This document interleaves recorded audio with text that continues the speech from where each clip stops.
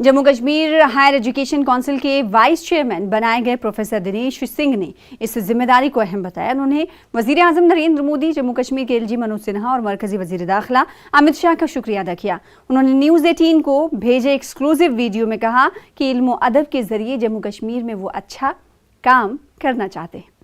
इस बात का फक्र है कि मुझे ये जिम्मेदारी दी गई है कि जम्मू कश्मीर में एजुकेशन को लेकर कुछ अच्छे काम किए जाएं, कुछ रचनात्मक कार्य हों।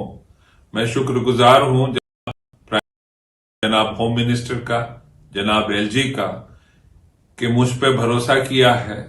मैं पूरी कोशिश करूंगा कि इल्म, अदब और तालीम के रास्ते से हम जम्मू कश्मीर के साथ कुछ अच्छी चीजें करें, जिससे वहां के नौजवानों के लिए बहुत लाभदायक होगा, फायदेमंद होगा।